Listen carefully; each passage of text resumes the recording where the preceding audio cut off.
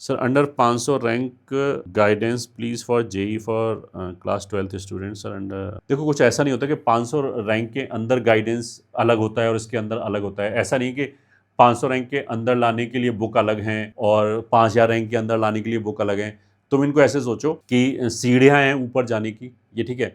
उस सीढ़ी पे मान लिया 10 सीढ़ी बाद रैंक 10,000 रखी हुई है, फिर 50 सीढ़ी बाद रैंक 500 रखी हुई है और 1000 सीढ़ी बाद मान लिया टॉप 100 रखा हुआ। तो अब तुम्हें चालू तो फर्स्ट सीढ़ी से ही करना। तो मतलब जो बिल्कुल बेसिक मटेरियल है, ये ठीक है, जिसको हम बोलते हैं कि जो कॉन्सेप्ट हमें समझ में आया है तो we should be able to do it, वो सभी करते हैं। बस क्या होता है कि हर बच्चे की रिसेप्टिविटी लेवल अलग अलग होता है, प्लस कुछ बच्चों का जो एक्सपोजर है वो पहले से चालू हो जाता है तो उनके पास टाइम ज़्यादा अवेलेबल होता है। रिसेप्टिविटी का मतलब क्या है कि किसी भी चीज़ को समझने की क्षमता है। एक बच्चे को हो सकता है एक क्वेश्चन का सॉल्व करने में 8 मिनट लगे, दूसरे को हो सकता है 2 मिनट लगे, और इतना डिफरेंस आता है। तो जिसको कम टाइम लग रहा है वो उन सीढ़ियों पर चढ़ता ही चला जाएगा, ये ठीक है, उसी सेम टाइम फ्रेम के अंदर वो ज़्यादा ऊपर तक पहुंच जाएगा, मतलब उसकी बेटर रैंक। जो दूसरे वाला बच्चा है वो भी नीचे से ही चालू करेगा, बट हो सकता है कि वो थोड़ा सा स्लो हो, उसे बीच में सांस लेने की जरूरत पड़े, थोड़ा वो हाफ रहा है, तो वो हो सकता है कि 12वीं सीढ़ी तक ही पहुंचे, मतलब उसकी 8000 रैंक। ये डिफरेंस ठीक है। बाकी के जो फंडामेंटल्स है वो सेम है।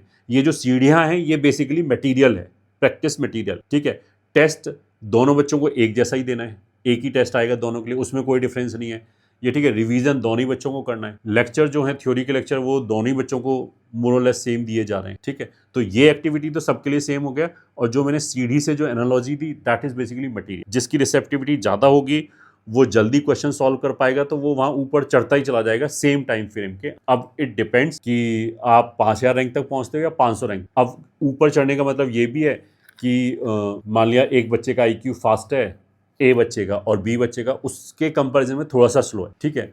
तो हो सकता है कि ए जो बच्चा है वो 80% टाइम में ही अपने वो क्वेश्चन सॉल्व कर लेता है जितना टाइम बी को लगता है, ठीक है। तो मतलब एवरी डे ए उससे थोड़ा सा आगे निकलता चला जाए। बट ऐसा भी हो सकता है कि ए बच्चा दिन में 10 ही घंटे पढ़ता है, तो बी बच्चा हो सकता है कि 12 घंटे पढ़ के वो जो 80% वाली चीज है वो जिसे बोलते हैं ना कि निगेट कर दे और दोनों ही सेम रैंक लेके आए। This is also possible and this happens every year कि दोनों बच्चों के आईक्यू में थोड़ा सा डिफरेंस है, बट जो बच्चा जिसे बोलते हैं थोड़ा सा लेट समझ में आता है, आराम आराम से समझ में आता है, वो ज़्यादा हार्ड वर्क करके उसके बराबर पहुंच जाता है एवरी ईयर। दिस ऐसा नहीं कि मान लिया आईआईटी दिल्ली में जो इलेक्ट्रिकल के अंदर बैठे हुए हैं सबका आईक्यू इक्वली तेज है, नहीं, उनके आईक्यू में खूब डिफरेंस होता है, रिसेप्टिविटी में खूब डिफरेंस होता है, और मेहनत में भी खूब डिफरेंस। मतलब जिसकी रिसेप्टिविटी थोड़ी सी कम है उसे मेहनत वाला और डिसिप्लिन वाला कंपोनेंट अपना बेटर करना पड़ता है, तब वो उसके बराबर पहुंच सकता है एवरी ईयर दिस हैपेंस।